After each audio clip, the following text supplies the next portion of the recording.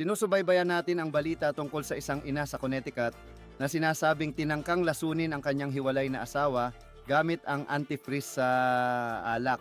Nahaharap si Kristen Hogan sa bagong kaso ukol sa umano'y panlilinlang na may kaugnayan sa kanyang mga anak. Ano ang ibinunyag ng bagong dokumento ng korte tungkol sa matagal ng tanong kung sino ang ama ng kanyang mga anak at kung bakit ito nagdudulot ng bagong kaso laban sa kanya? Nasa kaso tayo na inilahad ng Law and Crime. Ako si Chris Stewart.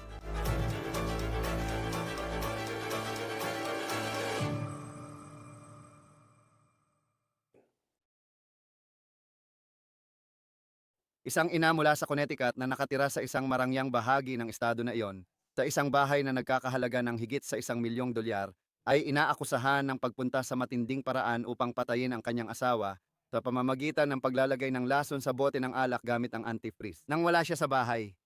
Pero ito, tila ay bahagi lang ng kwento, di umano. Ngayon, ito ang video ni Kristen Hogan nang humarap siya sa korte sa Connecticut dahil sa kasong tangkang pagpatay noong Oktubre. Kasalukuyan siyang nasa house arrest matapos magpiyansa ng $100,000. Mukhang galing sa mayamang pamilya ang babaeng ito. At mukhang matagal na rin siyang may mga problema na may kinalaman sa dalawa niyang anak. At ang tanong kung sino ang ama ng mga anak niya na tila nagdudulot ng bagong mga kaso laban sa kanya. Bago ko talakayin ang bahaging yon, ipapaalala ko muna kung paano naging pambansang balita ang kwento ni Kristen. Si Kristen Hogan ay nakatira sa Ridgefield, Connecticut, isang marangyang bayan malapit sa hangganan ng Connecticut at New York. At ang bahay na tinitirhan niya, ang address na tinitirhan nila ng kanyang hiwalay na asawa, ay tinatayang nagkakahalaga ng mahigit $1 milyong. Ito ang kanyang mugshot. Inaresto siya noong Oktubre at ito ay bunga ng isang investigasyon na nagsimula noong Agosto. Ang investigasyon ay tungkol sa kasong tangkang pagpatay sa kanyang hiwalay na asawa. Ngayon si Hogan ay nasa isang matinding alitan tungkol sa kustodya laban sa kanyang hiwalay na asawa. May isa silang anak. Sinabi ni Hogan sa pulis na hiwalay na sila mula Mayo ngayong taon. Ayon sa kanya, masama ang sitwasyon dahil pinatopa ng kanyang hiwalay na asawa ang sasakyan dahil nakapangalan ito sa lalaki at napilitan siyang lumipat sa bahay ng kanyang mga magulang. Ang address ng kanyang mga magulang ay isang bahay na nagkakahalaga ng mahigit $3 milyong. Sa totoo lang. Pero nalalaman natin na ang mga problema kay Hogan ay matagal na palang nangyayari. Ngayon, bago tayo pumunta dyan, gusto ko munang simulan sa nangyari noong 5 ng Agosto. Ayon sa hiwalay na asawa ni Hogan, may kamag-anak siyang dumalaw at nagdala ng bote ng alak. Hindi nila naubos ang alak kaya tinakpan at itinabi. Pagkalipas ng 2 araw, yung hiwalay na asawa at si Hogan nakatakda silang humarap sa korte dahil si Hogan, yung babae, ay nagsampa ng reklamo.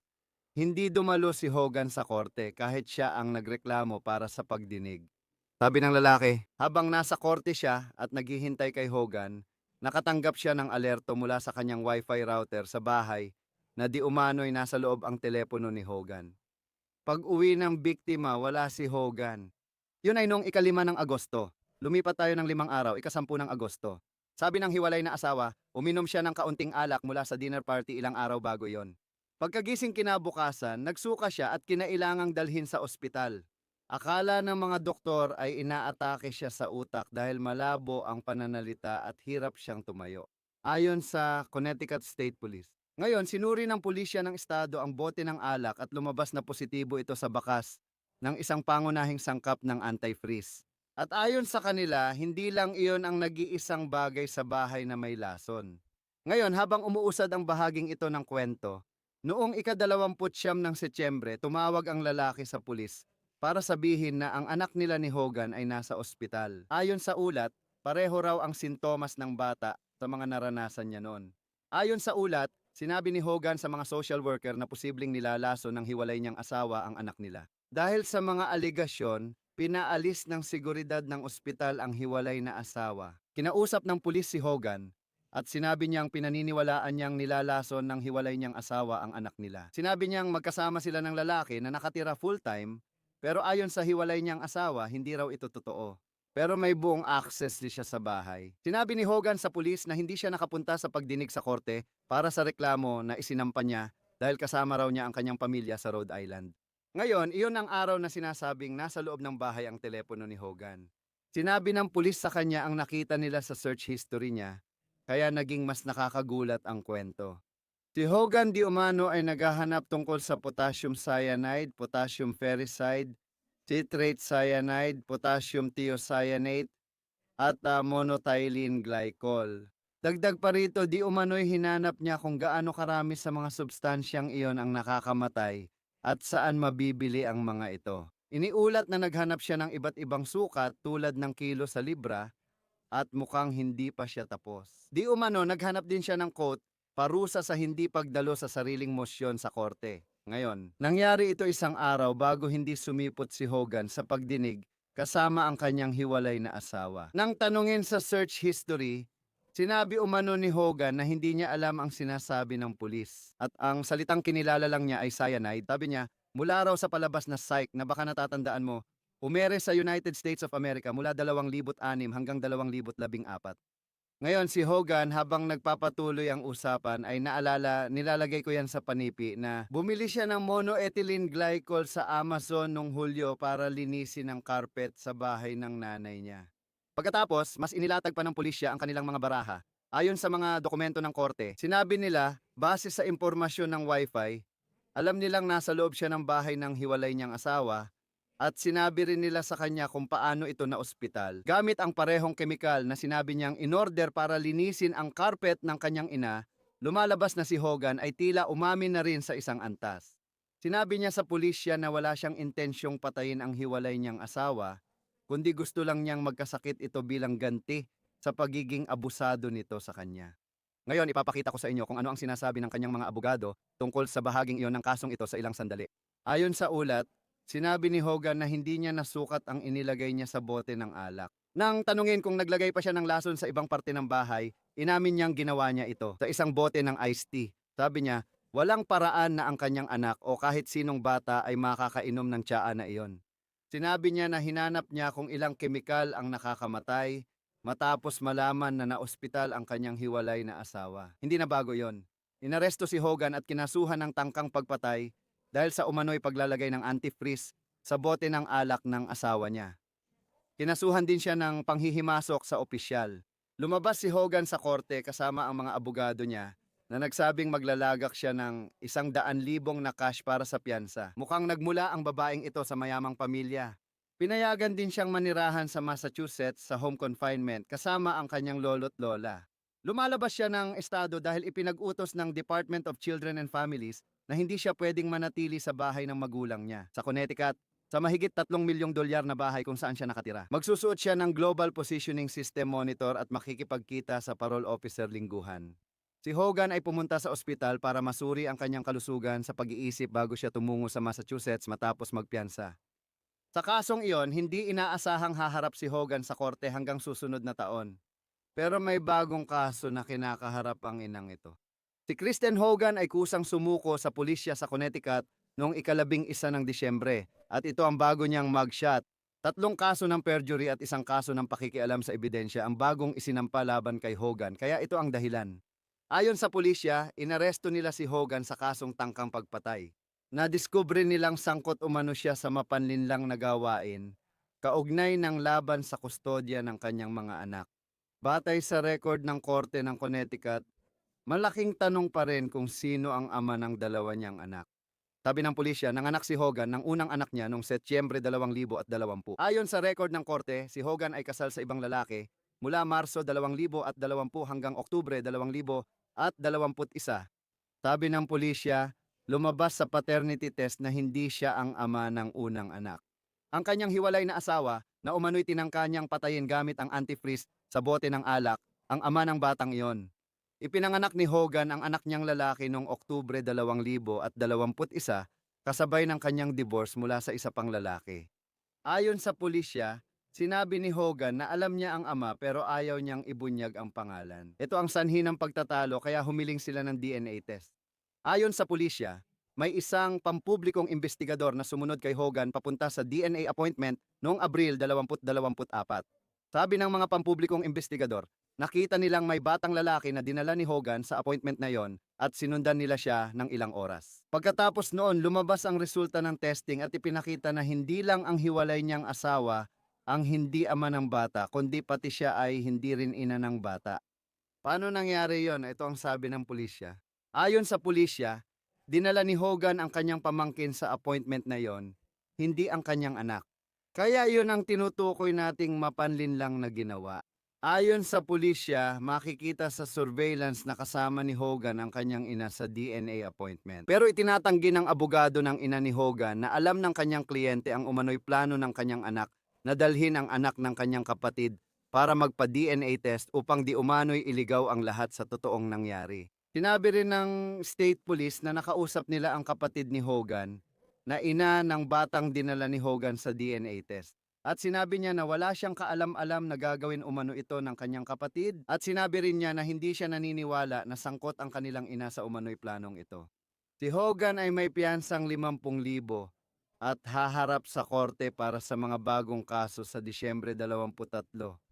Samahan niyo kami ngayon upang pag-usapan pa ng kaunti ang kasong ito o dapat ba nating sabihing mga kaso dahil magkahiwalay na ito sa ngayon kasama ang criminal defense attorney na si Eric Padis. Laging masarap kang makasama dito sa Law and Crime. Habang binabasa ko ito, nakakagulat talaga dahil nahaharap na siya sa matitinding kaso ng tangkang pagpatay base sa mga ibinibintang sa kanya. Hindi lang bote ng alak ang usapan dito, mas seryoso ang mga issue sa pagiging ama, kustodya at relasyon sa hiwalay at dating asawa.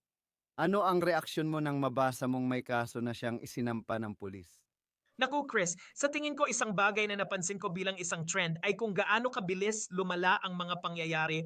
Kapag ang ugat ng alitan ay kustodya, puno ito ng emotion kaya minsan nagagawa ng tao ang di inaasahan. At yan ang mga paratang dito, hindi lang tungkol sa tangkang pagpatay, kundi pati na rin sa mga di umano'y mapanlinlang na gawain sa kaso ng batas pampamilya. Ang akusado ay lalo lang nilulubog ang sarili niya at sa kasamaang palad, hindi na nakakagulat sa ganitong mainit na usapin ng kustodya.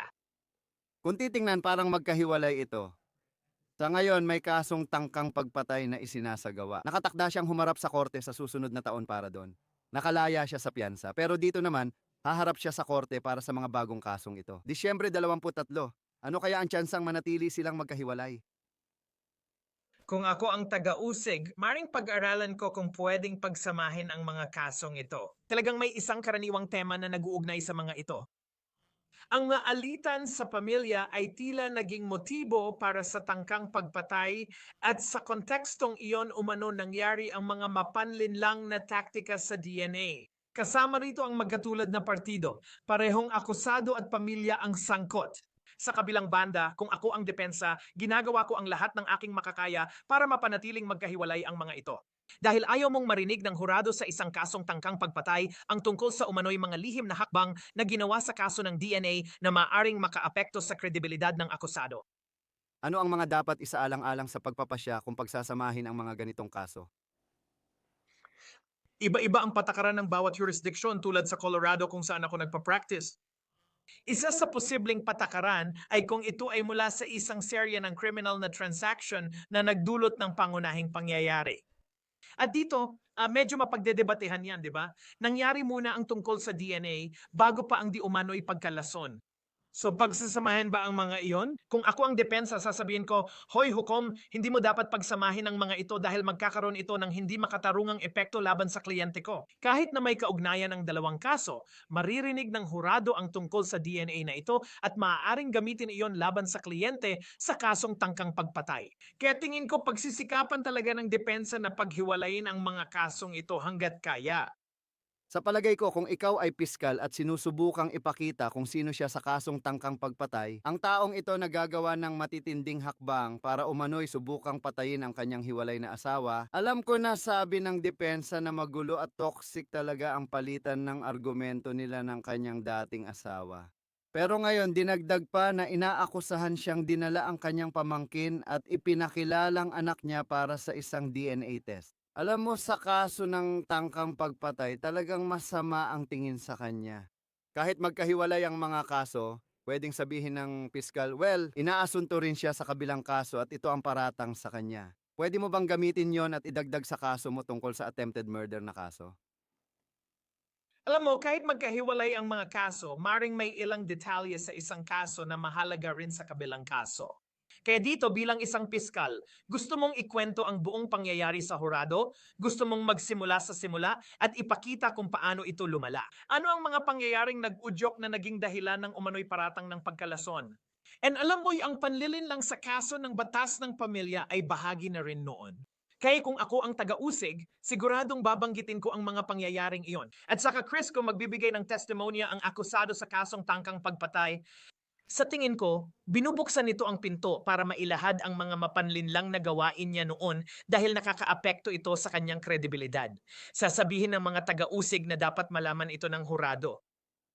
Ano masasabi mo sa mga aligasyong mapanlinlang na gawain na ibinibintang sa kanya ng pulis kaugnay ng DNA test? Nahaharap siya sa kasong pagsisinungaling sa ilalim ng panunumpa at pakikialam sa ebidensya kaugnay ng insidente noong 2024. Kaya mahigit isang taon na mula nang nangyari ang lahat ng iyon, o halos isang taon na mula nang mangyari iyon. At pagkatapos ay inaresto siya noong 2025 dahil sa kasong tangkang pagpatay. Sa palagay ko, base sa nabasa ko sa Connecticut State Police na parang matapos simulan ang investigasyon sa tangkang pagpatay, nadiskubre rin nila ang mga gawaing ito. Ano masasabi mo rito? Matagal na pala itong nangyayari pero ngayon lang kinasuhan? Oo, alam mo nakakaintriga yung bahagi na yan. Kung may matibay na impormasyon ng pulis na nagsisinungaling talaga siya sa korte gamit ang DNA na yan, bakit hindi agad siya kinasuhan? Sa tingin ko, hindi nakakatulong sa gobyerno ang paghihintay nila. Sa tingin ko, sasabihin ng depensa na dinadagdagan lang ng gobyerno ang kaso at may pagkakataon sila. Kung iniisip talaga nilang krimen ito para kasuhan siya tungkol dito, pinili nilang wag gawin iyon hanggang sa nagkaroon ng pambansang media attention ang kasong ito. Ngayon, sinusubukan na nilang pabigatin ang kaso laban sa kanya. Pwede mong igiit na kung totoo ang mga kaso, sana matagal na itong isinampa bilang argumento ng depensa. Inaresto siya sa tangkang pagpatay at ang piyansa ay $1,000,000.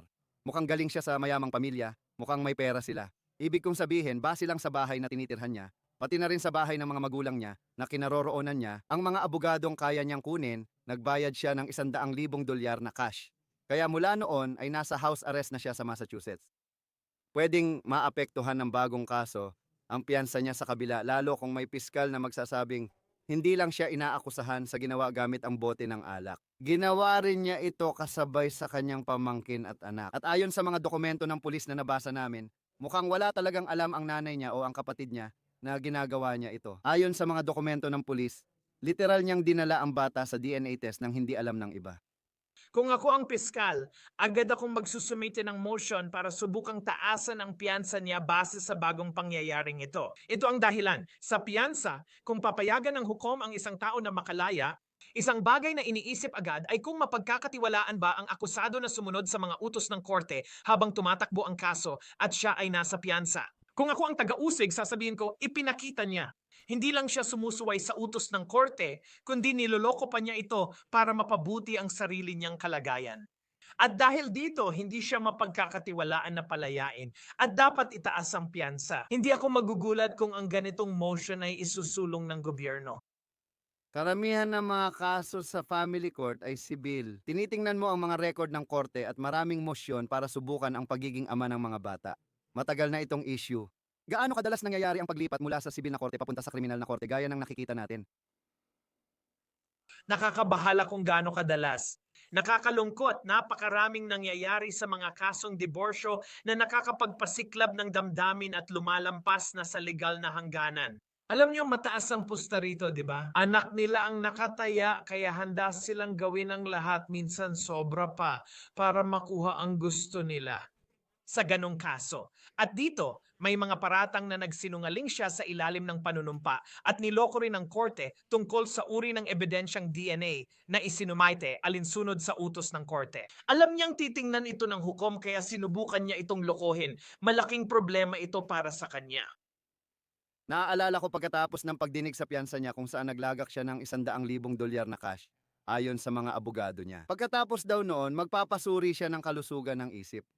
Hindi ko rin alam ang lagay ng kalusugan ng isip niya. Ibig kong sabihin, malinaw na may mga sinasabing panlilin lang, may mga isyong nangyari. Ibig kong sabihin, ang tangkaing patayin ang isang tao di umano sa pamamagitan ng paglalagay ng lason sa bote ng alak. Isa itong bagay na masasabi ng mga tao sa labas tungkol dito. Mali ang ginawa ng taong yon kaya siya ngayon ay inaakusahan. Ano ang pamantayan para magamit ang mental health bilang depensa sa tangkang pagpatay?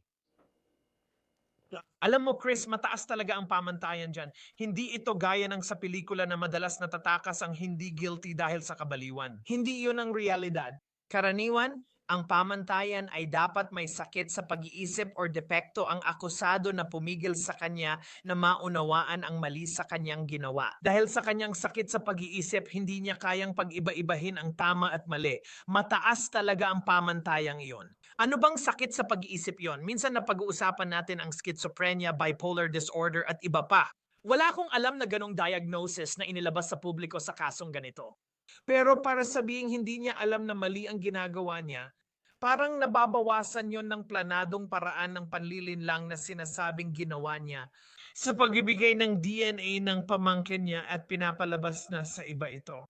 Pagdating sa kaso ng tangkang pagpatay at hindi lang bote na nagpositibo sa antifreeze ang meron ka, ayon sa pulis, pati ang asawa niya ay may laman din nito sa katawan niya. Meron kang mga Google search tungkol sa mga uri ng chemical na sangkot. Siya sa isang banda ay nagsalita rin ng kaunti tungkol dito sa ospital. Mukhang marami talagang ebidensya na laban sa kanya.